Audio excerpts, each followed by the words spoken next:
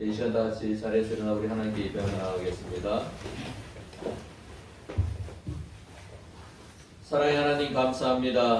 오늘 어느덧 10월 첫 주일을 저에게 허락하여 주시고 또 민족 고유의 명절을 잘 지내고 저희로 다시 주님께 나와 예배하게 하시니 감사합니다. 우리가 주님께 나와 예배할 때 우리의 마음과 정성을 온전히 주님께 드리며 또 주님이 기뻐하시는 아버지 하나님여 영과 진리로 주님께 예배하게 하시고 또 주님께서 우리에게 베푸신 은혜에 감사하며 또 기쁨이 넘치는 온전한 영적 예배를 드리는 저희들 되게 하여 주옵소서. 우리가 주님께 나와 예배할 때마다 주님께서 우리의 영적 예배를 기뻐 받아주시고 또 우리에게 필요한 영적 이론과 은혜들과 또 세상의 기름진 복을 우리에게 허락하여 주옵소서. 우리가 주님께 예배할 때 주님께서 이곳에 오셔서 우리 예배를 기뻐 받으시고 또 우리 예배를 통하여 우리가 주님을 만나고 또 주님께서 우리를 만져주시는 은혜를 받아 누리는 저희들 되게 해주시고 우리 성도들이 아버지 어디에서든지 아버지 주님께 예배할 때 온전한 영적 예배를 드리며 또 주님을 온전히 만나는 은혜를 허락하여 주옵소서.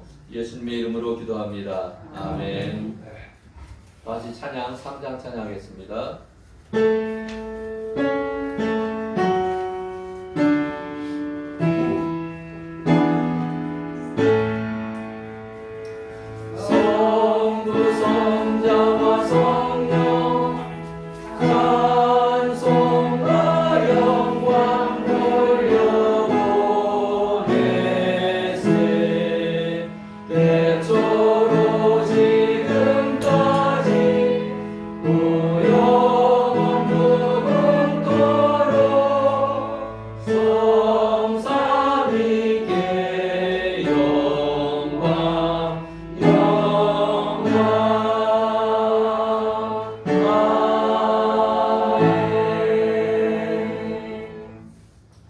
사도신경으로 우리 신앙 고백을 하나님께 드리겠습니다.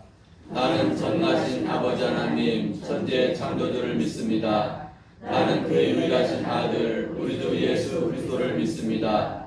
그는 성령으로 잉태되어 동정녀 마리아에게서 나시고 본디오 빌라도에게 고난을 받아 십자가에 못 박혀 죽으시고 장사된 지 사흘 만에 죽은 자 가운데서 다시 살아나셨으며 하늘에 오르시어 전능하신 아버지 하나님 우편에 앉아 계시다가 거기로부터 살아있는 자와 죽은 자를 심판하러 오십니다. 나는 성령을 믿으며 거룩한 공교회와 성도의 교제와 죄를 용서받는 것과 몸의 부활과 영생을 믿습니다. 아멘.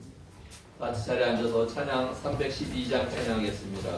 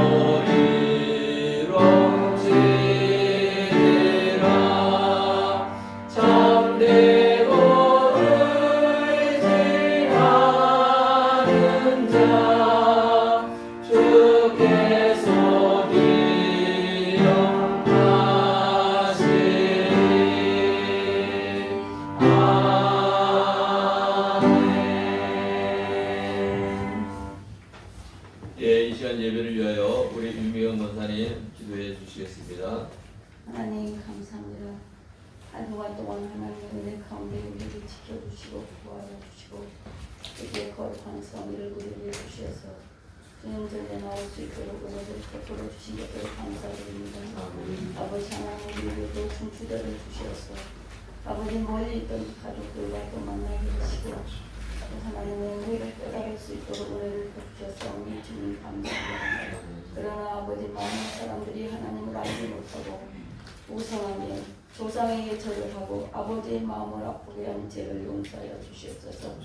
그들이 알지 못해서 그랬사오니 그들을 불쌍히 여기시고 공을 베푸시어서 하나님의 살아계심을 깨달아 알아갈 수 있도록 은혜를 베풀어 주시기 원합니다. 하나님 우리에게 아버지 진리의 말씀으로 아버지 영혼의 양식으로 오늘 먹는 귀한 날입니다. 주의 종을 아버지 단히 세우셨사오니 아버지 영육간의 강건함으로 인도하시며 성령의 능력으로 던져 주시기 원합니다. 그 입에서 나오는 말씀이 인간의 말이 아니라 하나님께서 우리에게 정말로 영의 양식으로 주시고 싶은 귀한 능력의 말씀이 되게 하여 주시고 이 말씀을 듣는 우리는 아멘하여 마음의 신비에 생기게 하여 주시옵소서. 이 말씀을 듣고 행하는 자가 되게 하시고 어리석고 미련한 자가 되지 않도록 주님 도와주시기 원합니다. 귀를 열어주시고 마음문을 열어주시옵소서. 진리의 말씀으로 충만한 귀한 시간이 되기를 원합니다. 이 나라의 민족을 불쌍히 여기시고 국률을 베풀어 주시며 온 교회가 아버지 앞에 진리의 말씀으로 바라서는 믿는 자들이 행할 아버지의 본분을 잘 감당할 수 있도록 빛과 소금의 직분 아버지 이 직분을 잘 감당할 수 있도록 은혜를 베풀어 주시옵소서. 하나님을 알지 못하는 죽어가는 저 생명들을 위하여 먼저 믿는 우리를 택하셨사오니 우리는 근신하여 배워 기도하게 하시고 그들을 영혼을 위하여 아버지의 복음을 전할 수 있는 복음의 나팔수들이 다 될 수 있도록 은혜를 베풀어 주옵소서. 아버지 오늘 또 배에 나가서 하나님의 말씀을 순종하는 선교사님들을 축복하시고 아버지 코로나로 인해서 너무나 많은 힘과 아버지 힘이 부족하고 물질이 부족하고 아버지 기도의 영역을 그들에게 보여줘야 할 귀한 아버지 우리에게 사명이 있는데 너무나 부족한 중에 있습니다. 주여 축복하시고 그들의 필요를 채우시며 하나님의 나라가 땅 끝까지 이르러 증인의 사명을 감당할 수 있도록 하나님 은혜 내려주시길 원합니다. 저희 이북 땅에도 주의 복음이 선포되게 하시고 하나님의 살아계심을 저들이 경험할 수 있도록 인도하시며 하루빨리 남북이 복음으로 통일되어 하나님의 뜻을 이루는 귀한 나라가 되게 하여 주시옵소서. 아버지 하나님 우리 모두에게 같은 은혜를 내려주시고 진리의 말씀으로 충만케 하시고 아버지의 뜻을 깨달아 알아갈 수 있도록 은혜를 베풀어 주시기를 원합니다. 이 시간 주님께서 영광 받으시고 우리의 심령에 하나님의 은혜의 담비가 넘쳐날 수 있도록 은혜를 베풀어 주시옵소서. 우리를 구원하신 예수님의 이름으로 감사하며 기도하였습니다. 아멘.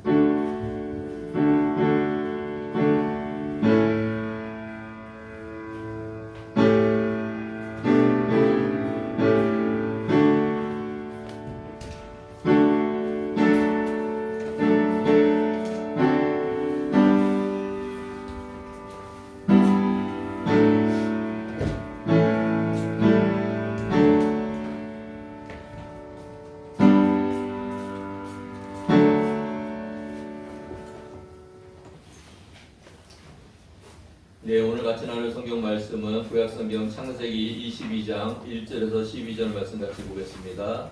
창세기 22장 1절에서 12절 말씀입니다.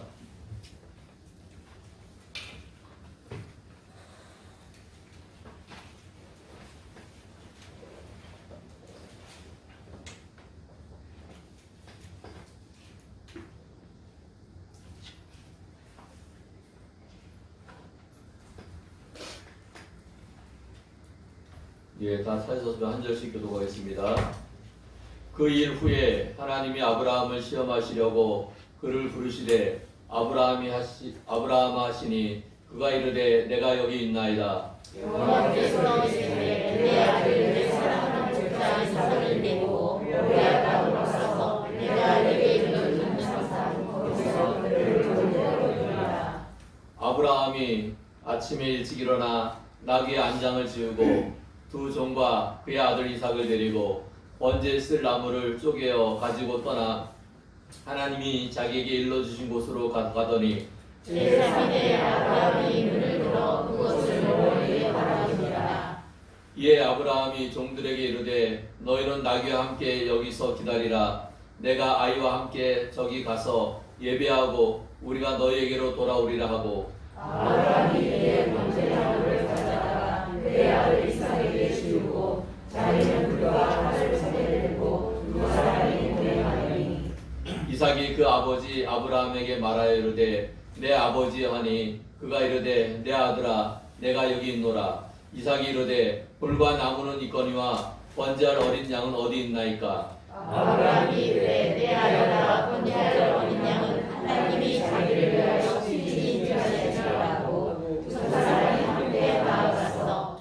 하나님이 그에게 일러주신 곳에 이른지라. 이에 아브라함이 그곳에 제단을 쌓고 나무를 버려놓고 그의 아들 이삭을 결박하여 제단 나무 위에 놓고 손을 내밀어 칼을 잡고 그 아들을 잡으려 하니 여호와의 사자가 하늘에서부터 그를 불러 이르시되 아브라함아 아브라함아 하시는지라. 아브라함이 이르되 내가 여기 있나이다 하매 사자가 이르시되 그 아들에게 내 손을 대지 말라. 그에게 아무 일도 하지 말라. 내가 내 아들 내 붙잡자서도 내게 아끼지 아니하였으니 내가 이제야 내가 하나님을 경외하는 줄을 아노라. 아멘. 오늘 말씀 제목이 뭡니까? 어디까지 순종할 것인가. 어디까지 순종할 것인가? 아브라함을 칭하는 그 말이 있습니다. 바로 믿음의 조상이라는 것입니다. 근데 그가 왜 믿음의 조상이라는 그 칭호를 얻을 수 있었나요? 물론 갈대아 우리에 살다가 하나님께서 가나안 땅으로 떠나라 그랬을 때 떠난 그 순종도 물론 되게 중요하고 또 쉽지 않은 일입니다.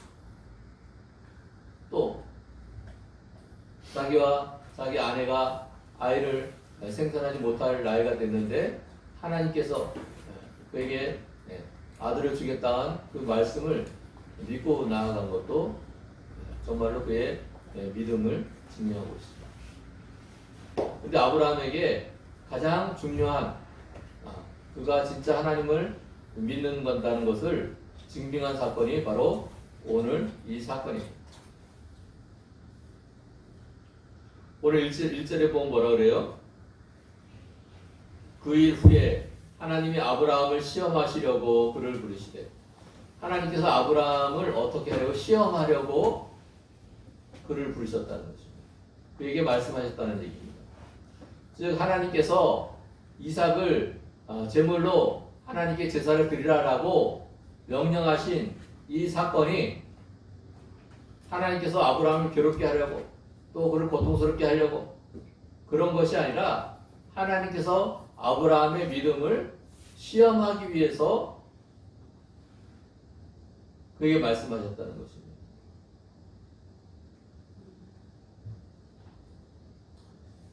시험에는 두 가지 종류가 있다고 그랬죠. 하나는 템프테이션이라는 얘기하는 거예요. 유혹. 다른 사람을 망가뜨리려고. 이것은 마귀가 하는 더러운 짓이죠. 그래서 성경에 나오는 하나님께서 친히 아무도 시험하지 않는다라는 말은 바로 그런 시험입니다. 누굴 망가뜨리기 위해서 하는 시험.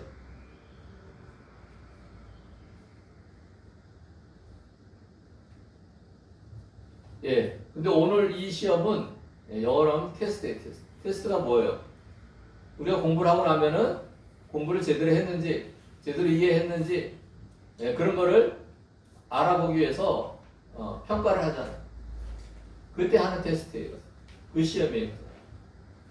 그러니까 학생이 이 테스트를 무서워한다는 얘기는 뭐에 가서? 공부를 안 한다는 얘기에 가서. 공부를 잘하는 애들은요, 시험이 온다 그러면 기뻐요. 기뻐. 왜냐면 자기가 열심히 공부한 거를 증명할 수 있는 기회가 되니까.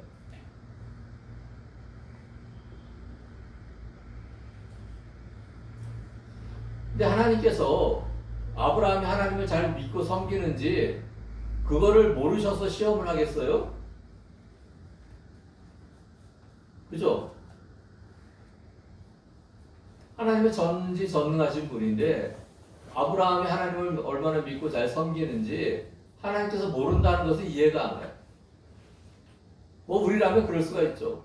우리 눈에 앞에 보이는 것 따라 자꾸 하니까 그 안에 무엇이 있는지 우리는 알지 못한다.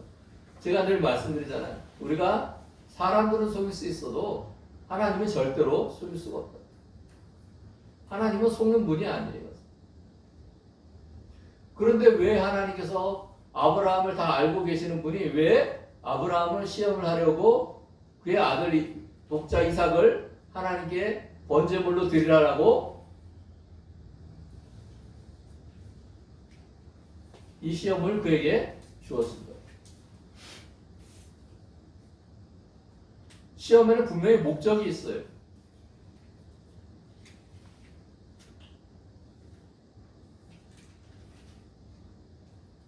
하나님께서 아브라함 시험하는 목적은 그가 하나님을 진짜 믿는지 안 믿는지 확인하고 싶은 게 아니에요.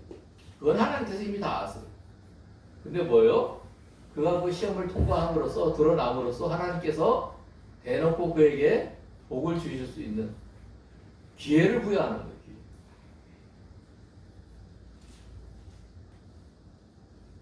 오늘 우리에게도 마찬가지예요. 우리에게 하나님께서 어떤 시험을 우리에게 주신다. 그것은 걱정하고 염려하고 슬퍼할 일이 아니라 감사해야 될 일이에요. 왜냐하면 하나님께서 그 시험을 통해서 우리에게 은혜를 베푸시려고 그 시험을 통과하게 해서 상을 주시려고 하는 거예요. 가서 우리를 망가뜨리고 우리를 무너뜨리려고 하는 것이 아니에요. 그래서 성경에도 뭐라 그래요? 시험을 당하거든 슬퍼하지 마라. 온전히 기쁘게 여겨라. 그러잖아요. 가서.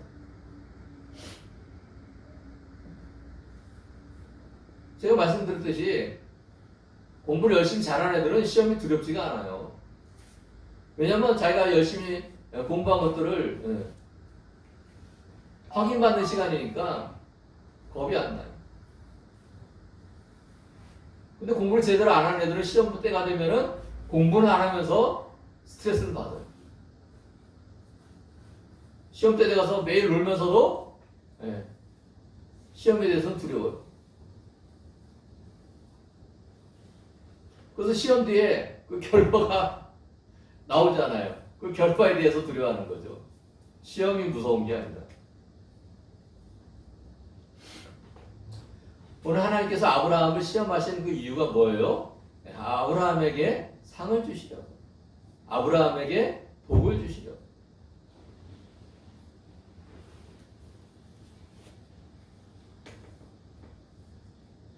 하나님께서 오늘 아브라함에게 시험하시는 것은 그를 괴롭게 하려고. 그가 믿음이 어떤 상태인지 몰라서 그걸 알아보기 위해서가 아니에요. 하나님은 다 아시는 거예요. 그럼에도 왜 이런 시험을 하시는가? 그것은 복을 줄 근거를 마련하기 위해서요.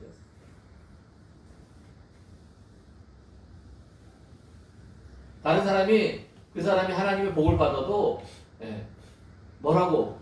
하나님은 그 사람을만 특별히 사랑하시니까 그런 거 아니에요. 편파적인 거 아니에요. 뭐 이렇게 하지 못하도록. 내 성적표가 있지 않냐? 너의 성적표를 내놔봐라. 할 말이 없잖아.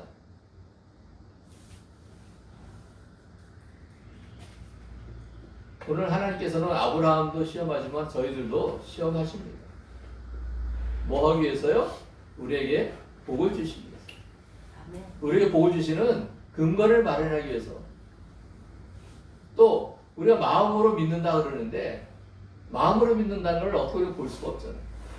그것을 보이는 순종으로 주님께서 요구하시는 것입니다. 우리의 믿음은 마음이 아니에요. 제가 늘 말씀드리지만은 믿음이 동전의 앞면이라면 동전의 뒷면은 뭐요? 순종이에요. 동전 앞면에는 믿음이라고 써 있는데 뒤에 순종이 없으면 그거는 가짜 믿음이에요. 근데 우리는 뭐예요? 믿음은 마음의 문제라고 자꾸 그거로 그냥 여기려고 그래요. 왜냐하면 순종이가 쉽지가 않아요. 순종이 쉽지가 않으니까 그냥 믿음 뭐 누가 확인할 수 없으니까 내 마음이니까 그러니까 믿음은 마음이라고 자꾸 주장하려는 거예요. 근데 성경 어디에서도 그러지 않아요. 순종이 없다는 것은 믿음이 없다는 얘기고 믿음이 가짜라는 것입니다. 오늘 아브라함의 믿음도 뭐예요? 그의 아들을 희생제물로 하나님께 드리는 하나님의 말씀에 순종하는 행위를 통하여 드러나는 것입니다. 또 1절에 보면은 뒤쪽에 보면 그가 이르시되 내가 여기 있나이다. 하나님께서 아브라함아 하고 아브라함을 불렀어요. 그랬더니 아브라함이 뭐라 그래요? 주님 제가 여기에 있습니다. 우리 하나님께서 우리를 부르실 때 우리는 숨으면 안 돼요. 우리가 여기와 반대되는 상황을 기억하고 있죠. 누구예요? 아담이에요. 아담. 아담이 죄를 범했어요. 그 전까지는 하나님이 부르시면은 맨 끝에서 예 하나님 여기 있습니다 했는데 아담이 숨어서 안 나와. 하나님은 꺼리는 거예요. 하나님 앞에서 자기를 숨기고 싶은 거예요.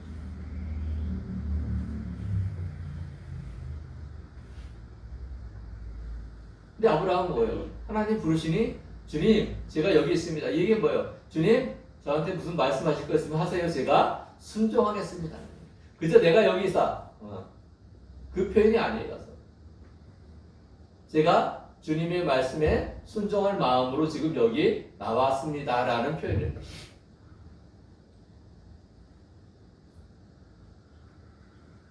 이사야 선지자가 하나님의 부름을 받을 때 어떻게 했어요? 누가 나를 위하여 갈고 그래서 뭐라 그래요? 이사야 선지자가 주님 제가 여기 있습니다. 나를 보내소서. 성도들의 바른 자세가 바로 그거예요. 하나님께서 우리를 찾을 때 이유가 있는 거예요. 우리가 뭔가 시킬 일이 있다는 거예요. 오늘 우리도 마찬가지예요. 하나님께서 우리를 부르셔요. 찾으셔요. 근데 하나님께서 우리를 부르신 이유가 뭔지 우리가 대충 다 알아요. 하나님께서 나에게 뭔가를 일을 시키려고 그러시는구나. 근데 그게 부담스러운 거예요. 가서. 그게 하기 싫은 거예요. 그러니까 계속 도망치는 거예요. 가서.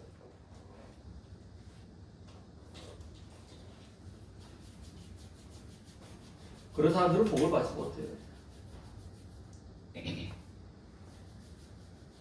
하나님께서 부르실 때 아브라함처럼 이렇게 하나님 제가 여기 있습니다. 말씀하세요. 제가 하나님이 무슨 말씀하시든 순종하겠습니다.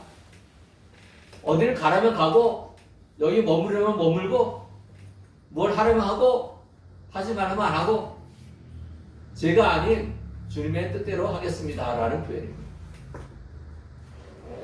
2절에 여호와께서 이르시되 내 아들 내 사랑하는 독자 이삭을 자 하나님께서 오늘 하시는 말씀이 이삭을 하나님께 제물로 바치라는 말씀인데 하나님께서 아브라함 이삭을 얼마나 사랑하는지를 다 알고 계세요. 그러니까 내 아들 내 사랑하는 독자 이삭을 데리고 모리아 땅으로 가서 내가 네게 일러준 한 산 거기서 그를 번제로 드리라. 번제가 뭐예요? 짐승을 죽이고 기름은 기름대로 떼어내고 살은 살대로 각을 떠갖고서 그걸 불에 태워서 하나님께 올리는 제사가 번제. 즉 피해 제사예요. 누군가가 죽어야 된다는.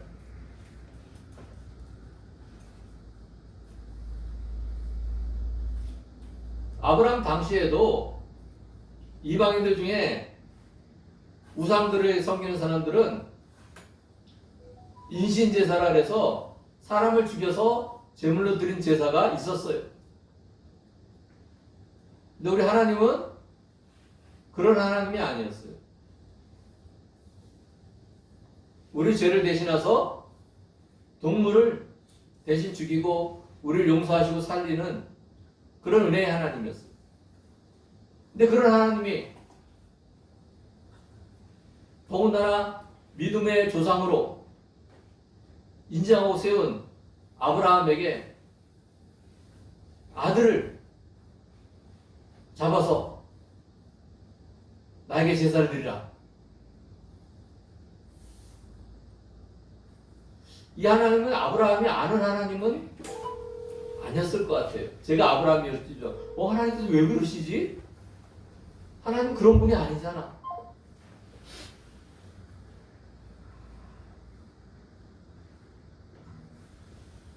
그리고 그 이삭이 누구예요? 하나님께서 약속하셔서 나올 수 없는 상태에서 하나님의 은혜로 주신 아들 아니에요. 아브라함 100세 때. 네? 그냥 자연적으로 얻은 아들이라면 그나마 좀 이해가 가요. 이 아들은 하나님께서 될 수 없는 상황에서 하나님의 은혜로 주신 아들이에요. 그리고 그 아들에게는 뭐예요? 하나님께서 약속하신 거였어요. 그 아들을 통하여 그 자손들이 하늘의 별처럼 바닷가의 모래처럼 많아지고 또 그 자손을 통해서 우리 인류를 구원한 예수님을 보내겠다는 그 약속의 아들이에요. 근데 지금 아브라함이 이삭을 하나님께 제물로 바친다면 하나님의 그 약속이 깨어지는 거예요. 이루어질 수가 없는 상황이에요.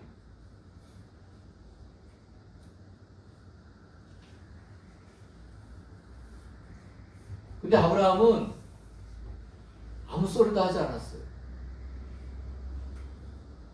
3절을 보겠습니다. 아브라함이 아침에 일찍 일어나 나귀의 안장을 지우고 두 종과 그의 아들 이삭을 데리고 번제에 쓸 나무를 쪼개어 가지고 떠나 하나님이 자기에게 이르러주신 곳으로 가더니, 자, 아브라함이 하나님의 그 말도 안 되는 그 명령에 반항하지 않았어요. 하나님, 그 아들은 하나님께서 약속으로 태어나 계신 하나님 아닙니까? 그 아들 아닙니까? 하나님께서 저에게 약속하신 내 자손이 번성하고 하늘의 별처럼 많고 바다의 모래처럼 많다는 그 약속을 띈 아들인데 그 아들을 죽이면 그 약속이 어떻게 이루어집니까? 하나님 생각 좀 해보세요. 왜 하나님의 명령이 이치적으로 맞지가 않는 거예요, 가서. 무슨 변덕쟁이 하나님 같은 거예요, 가서. 아브라함 하나님과 친했잖아요. 하나님께서 늘 아브라함에게 와서 말씀하시고 그랬잖아요. 가서. 그냥 무서운 하나님, 높으신 하나님만이 아니에요. 하나님께서 아브라함을 친구라고 그러셨어요. 그 얘기는 아브라함도 하나님의 친구처럼 그렇게 가까이 지냈다는 얘기예요. 그럼 보통은 어때요? 하나님 그건 아닌 것 같아요. 이것은 제가 아들을 바치기 싫어서가 아니라 하나님의 약속이 우리 아들이 죽으면 어떻게 이루어집니까? 이건 하나님이 약속을 못 지키는 하나님이 되는 그런 상황이에요. 하나님 그건 아니죠. 다른 방법이 있을 겁니다. 자기 생각을 말하지 않았어요. 아브라함이 머리가 똑똑하지 않아서 그런 변명거리를 생각하지 못한 사람이 아니에요. 얼마나 많은 범인이 있었겠어요.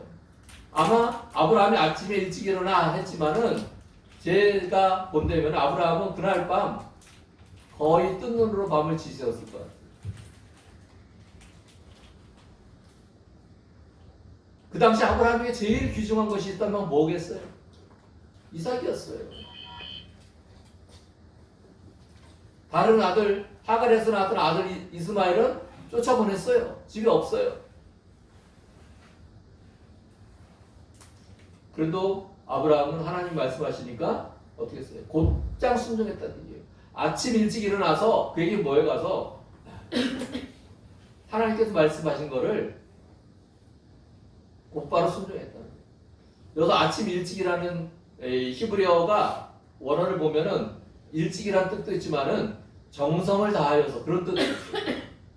즉 아브라함이 하나님께서 말씀을 하시니까 그 말씀에 순종하기 위해서 정성을 다해서 아침 일찍부터 일어나 준비했다는 것입니다. 그리고 제사장들이 준비를 다 해갖고서 떠났다는 것입니다. 제가 말씀드렸지 아브라함이라고 인간적인 번뇌가 없었겠어요? 그 100세에 얻은 아들이 아깝지가 않았겠어요? 아마 저라면 그렇게 얘기해요.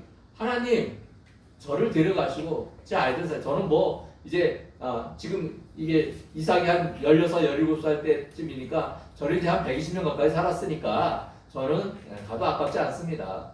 근데 제가 하나님 원하신다면은 저를 데려가시고 이삭은 살려주세요. 이렇게 아마 이 딜을 했을 것 같아 가서.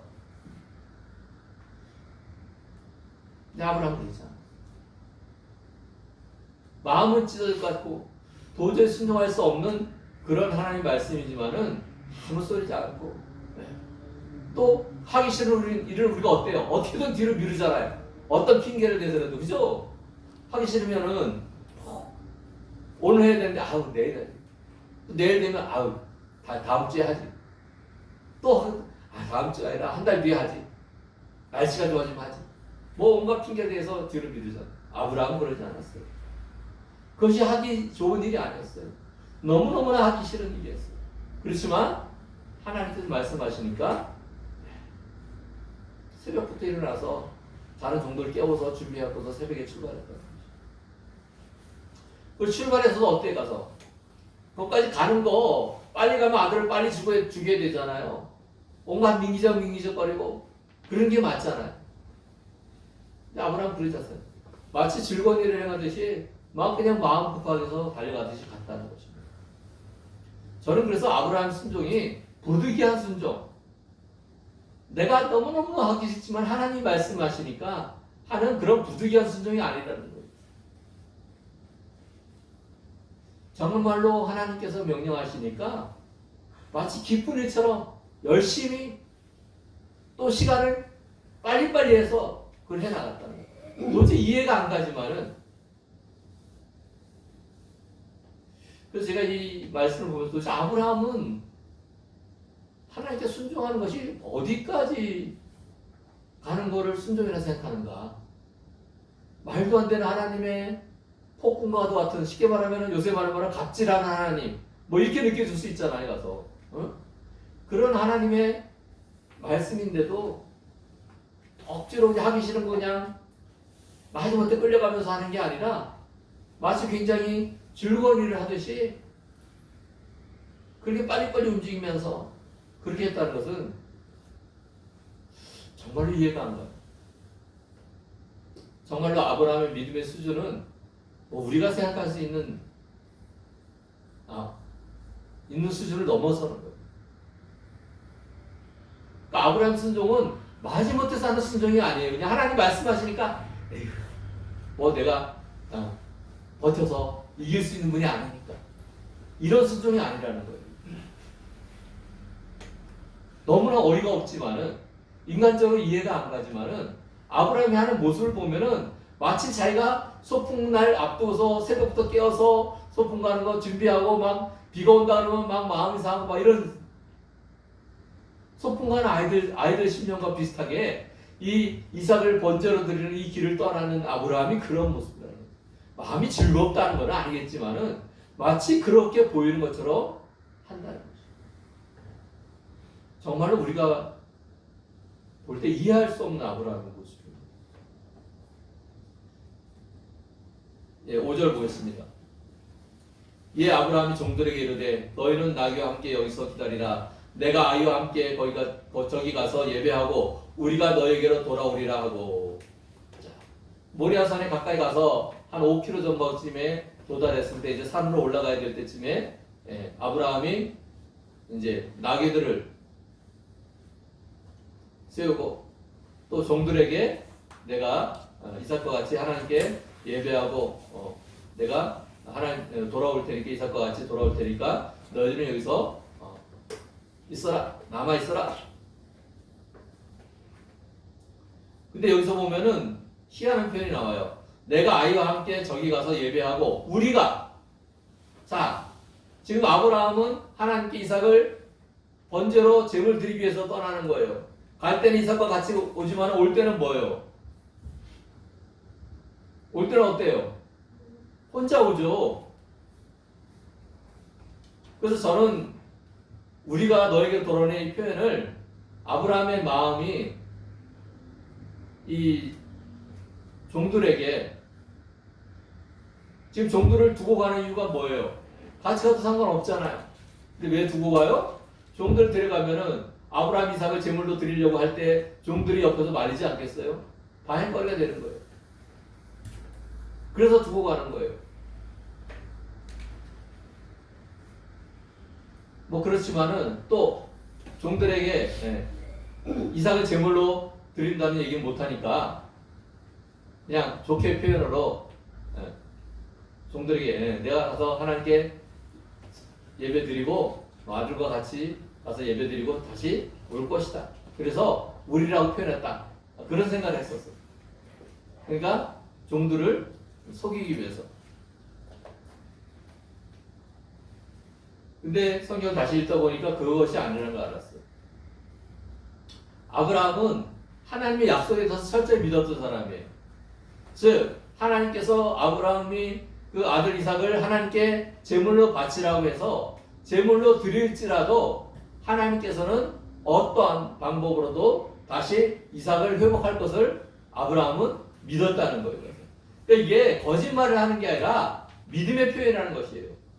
비록 하나님은 그 뒤에 있을 일에 대해서 아브라함에게 이야기하지 않았지만 아브라함은 믿음의 내용이 뭐예요? 하나님께서 이 아들을 드리라 그랬을 때는 그 뒤에 하나님께서 하나님의 놀라운 방법으로 이 아들을 다시 회복할 것이라는 믿음이 있었다는 것이에요. 거짓말을 한 것이 아니라 아브라함은 비록 아무에게도 얘기하지 않았지만은 믿음이 있었다는 것이에요. 그러면 아브라함이 마치 하나님께 이삭을 제물로 바치기 위해서 가는 발걸음이 느리적거리지 않고 빨리 간 거. 그 다음에 하기 싫은 일 같은 걸 어떻게든 뒤늦으려고 했는데 아브라함 마치 기쁜 일을 하듯이 막 달려간 거. 그것이 이해가 되죠. 그렇잖아요. 제가 볼 때는 아브라함의 그 행동이 이해가 안 갔는데 오늘 이 우리가 너에게 다시 돌아오려는 이 표현이 아브라함의 믿음의 표현이라는 거예요. 뭔지 모르지만은 하나님께서 말도 안 되는 이 일을 하라고 명령하셨지만은 이것이 이삭이 죽고 끝나는 문제가 아니라는 걸 알았어요. 이삭이 비록 제물로 드려질지라도 하나님은 이삭을 다시 회복하여서 자기랑 같이 종들에게 돌아오게 하실 하나님이라는 것을 믿었다는 거예요. 가서 방법은 뭐 아브라함 모르죠. 하나님 말씀 안 하셨으니까. 그렇지만 어쨌든 하나님이 이렇게 명하셨으면은 하나님께서 약속을 지키기 위해서 반드시 이삭을 다시 살리는. 그러니까 이삭이 뭐 죽었어도 부활한다는 믿음이 있었다는 거예요. 어떤 분들이 이 아브라함의 부활신앙이다 라고 얘기하는데 저도 동의합니다. 이건 안 그러면 아브라함의 행동이 이해가 안 가요. 아브라함이 이 거짓말하는 거겠어요? 옛날에 저는 거짓말하는 것처럼 여겨졌어요. 뻔히 혼자 돌아와야 되는 상황을 알면서도 종들에게는 우리가 돌아올 것이다. 아들하고 같이 돌아올 것처럼 거짓말하고 그걸 이제 제대로 설명하면 뭐 종들이 납득하겠어요? 그러니까 그렇게 쉽게 말하면 임기응변으로 넘어갔다라고 생각했는데 그게 아니었다는 거예요. 그건 아브라함의 믿음의 표현이라는 것입니다. 6절에 아브라함이 이에 번제나무를 가져다가 그의 아들 이삭에게 지우고 자기는 불과 칼을 손에 들고 두 사람이 동행하더니 이제는 나귀도 종들도 거기에 있으니까 아브라함과 이삭이 가니까 이삭에게 번제를 지낼 나무를 등에 지우고 아브라함은 칼과 불을 들고 가는 것입니다. 7절 보겠습니다. 이삭이 그 아버지 아브라함에게 말하여 이르되 내 아버지여 하니 그가 이르되 내 아들아 내가 여기 있노라. 이삭이 이르되 돌과 나무는 있거니와 번제할 어린 양은 어디 있나이까. 아브라함의 아들 이삭이 이때 나이가 한 16세나 17세쯤 됐다라고 여겨져요. 그때 뭐 궁금한 게 많잖아요. 근데 아브라함이 하나님께 제사할 때 어떻게 하는지 아들이 봤을 거 아니에요. 아브라함이 혼자만 뭐 제사하지 않고 가족들, 종들, 그 다음에 자녀들도 다 참여시켰으니까. 그러니까 지금까지 이삭이 본 하나님께 제사할 때는 어린 양이 꼭 있었어요. 그래서 그 어린 양을 죽이고 그 기름과 고기를 하나님께 제물로 드리는 그런 것을 봐왔는데 하나님께 번제를 드리러 간다고 했는데 다른 거 다 준비됐는데 어린 양은 없는 거예요. 그래서 보통 어린 양은 끌고 가야 되는데 그러니까 이상한 거예요. 그래서 아버지한테 아버지 우리가 지금 하나님께 번제 드리려고 간다고 그러는데 제물로 드릴 어린 양은 어디 있습니까? 8절 보겠습니다. 아브라함이 이르되 내 아들아 번제할 어린 양은 하나님이 자기를 위하여 친히 준비하시리라 하고 두 사람이 함께 나아가서 저도 옛날에 이 성경 말씀을 읽을 때 그런 생각 아브라함이 또 거짓말 하는구나. 이삭에게 변명할 게 없으니까 너를 내가 잡아서 제물로 드리겠다 뭐 이렇게 할 수가 없으니까 거짓말 하는구나. 그런 생각을 했어요. 저는 아브라함 좀 거짓말을 잘하는 사람으로 인식하고 있었던 것 같아요. 근데 세월을 이 성경을 다시 보니까 이게 뭐예요? 아브라함의 신앙.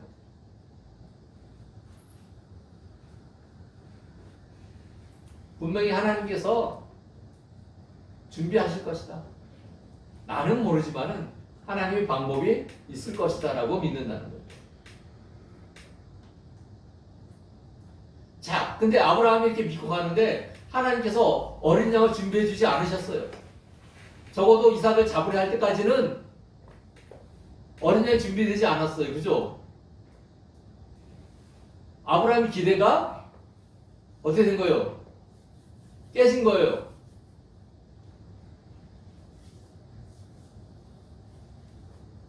근데 아브라함은 자기의 기대대로 반응하지 않았어요.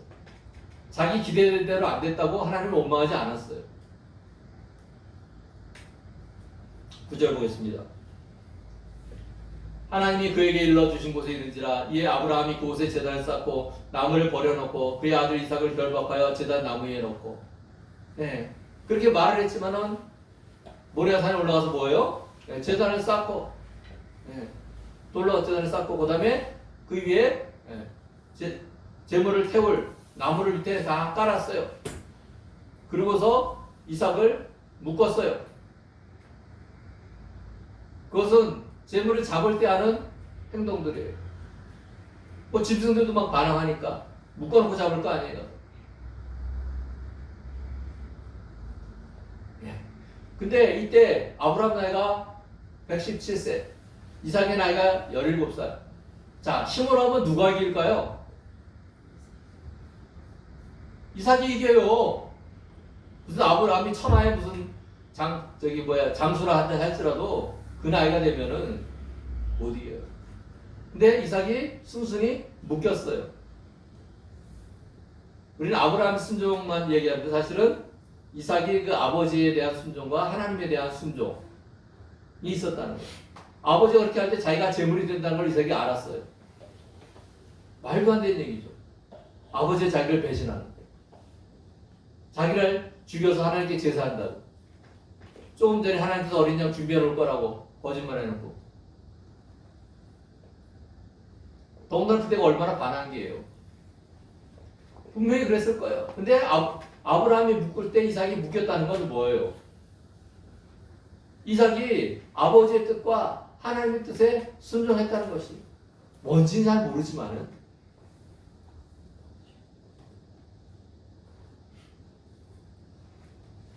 10절에 손을 내밀어 칼을 잡고 그 아들을 잡으려 하니 여기서는 잡으려 하니 그러니까 우리 표현을 하는데 우리나라 표현에도 이 잡으려 한다는 게 동물, 짐승을 잡으려 한다는 게 손으로 잡는 게 아니라 죽인다는 표현이죠. 히브리어 원어도 보면은 이걸 죽이다라는 표현이에요.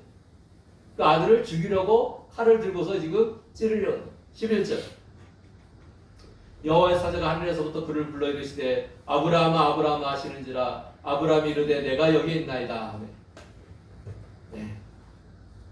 하나님의 사자가 왔는데 너무 급한 거에 가서 뭐 찰나시간에 조금만 늦었으면은 아브라함은 그냥 망설이지 않고 이삭에게 칼을 꽂을 그럴 사람인 거예요. 그죠? 하나님 이렇게까지 하면은 하나님께서 내 믿음을 보시고서 이걸 멈추시겠지 이런 기대가 아니에요. 그냥 하나님 말씀하셨으니까 제물로 그 아들을 바치겠다라고 하는 그 상황이에요. 그러니까 이 여호와의 사자가 급하니까 뭐 두 번씩이나 부르는 거예요. 한 번도 아니고. 아브라함. 그러니까 또 아브라함이 뭐예요? 하나님께서 부르시니까 제가 여기 있나이다. 이건 뭐예요? 하나님 말씀하면 제가 순종하겠습니다. 그거예요. 12절에 사자가 이르시되 그 아이에게 내 손을 대지 말라. 그에게 아무 일도 하지 말라. 내가 네 아들 네 독자까지도 내게 아끼지 아니하였으니 내가 이제야 네가 하나님을 경외하는 줄을 아노라. 자, 표현이 이렇게 됐지만 하나님께서 뭐 아브라함이 이걸 안 했다고 하나님이 경외하지 않는다고 여겼던 건 아니에요. 그렇지만 이제 제가 말했듯이 그 믿음을 행동으로 증명하는 하나님의 그 시험에 합격했다는 것이에요. 하나님 그 전에 모르고 있었는데 이제야 비로소 알았다. 그게 아니라 내가 알고 있던 그것이 정말로 내가 그렇다는 것, 한치의 오차도 없는 내 믿음과 순종이라는 것을 내가 다시 한번 눈으로 보았다. 이런 표현입니다. 이거를 몰랐었는데 이제 알았다가 아니에요. 하나님께서 알고 있었지만 이제 아브라함에게 인정을 해주는 거예요. 내가 이제 너에게 마음껏 복을 묻고 내가 너에게 약속한 것들을 그대로 다 이룰 것이다. 하나님께서 아브라함에게 이 자손에 대한 약속을 7번을 했어요. 그 마지막에 오늘 이 사건 후에 하나님께서 아브라함에 약속하신 것이다. 내 자손들을 하늘의 별것처럼 땅의 모래처럼 많게.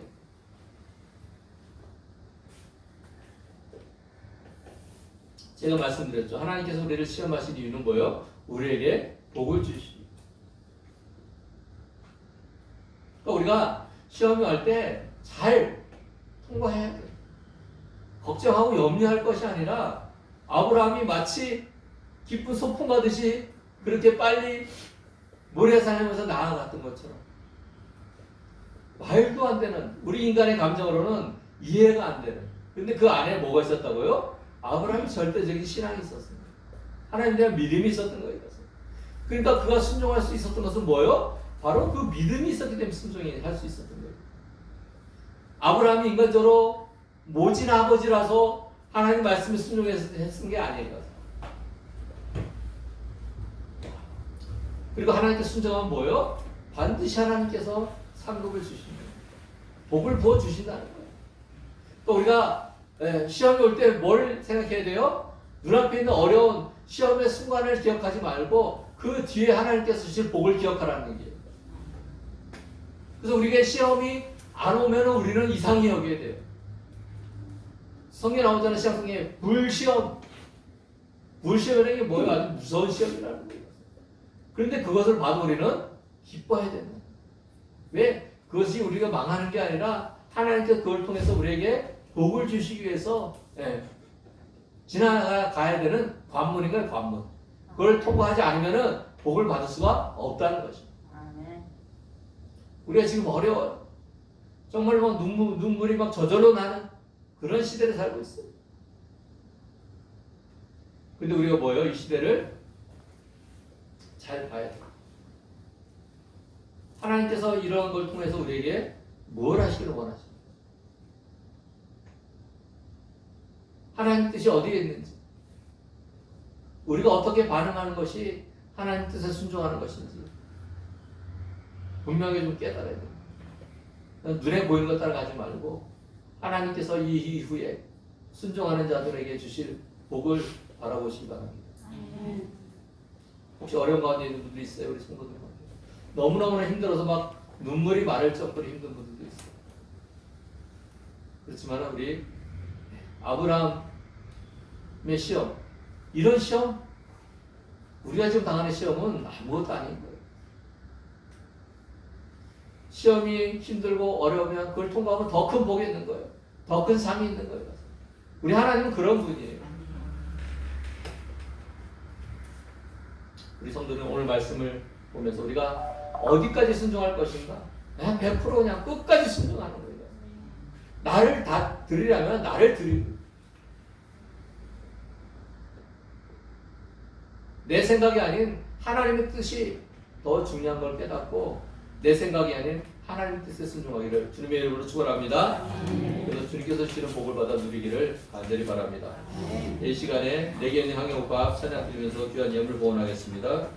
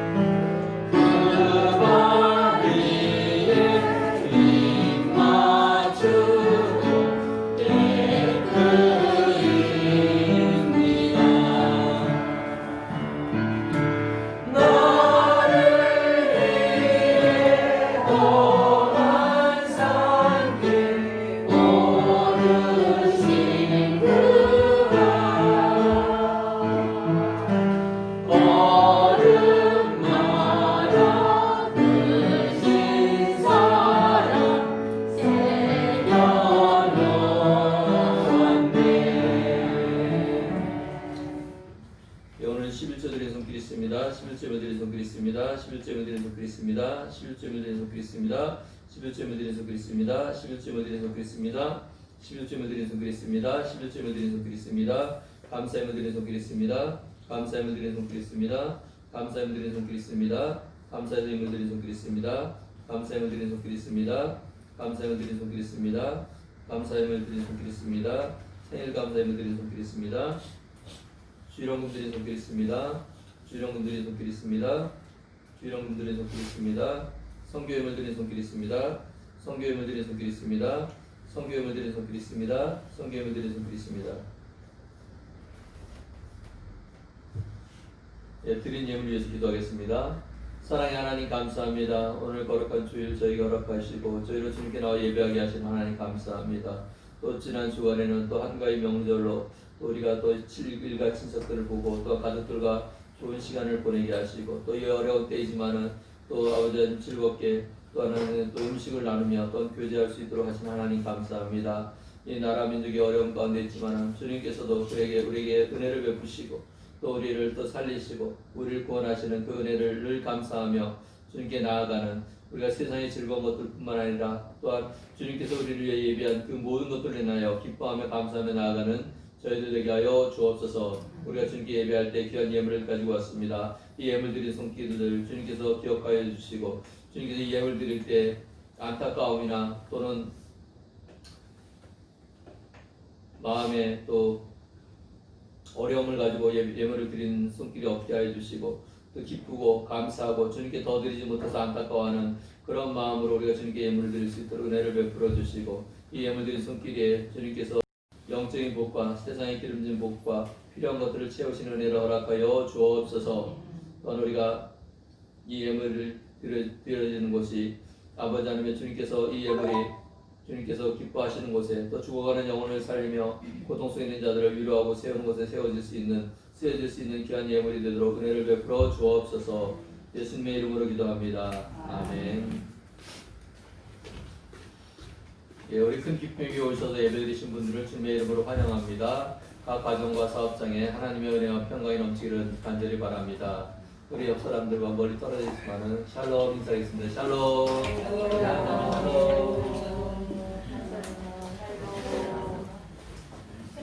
예, 코로나 바이러스로 나라가 어려움을 겪고 있습니다.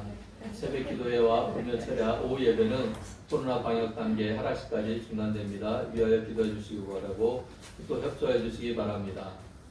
예, 우리 교회가 매월 성격으로 후원한 선교사님들입니다. 위하여 기도하여 주십시오. 이 시간 자리에서 일어나서 찬양 321장 찬양하겠습니다.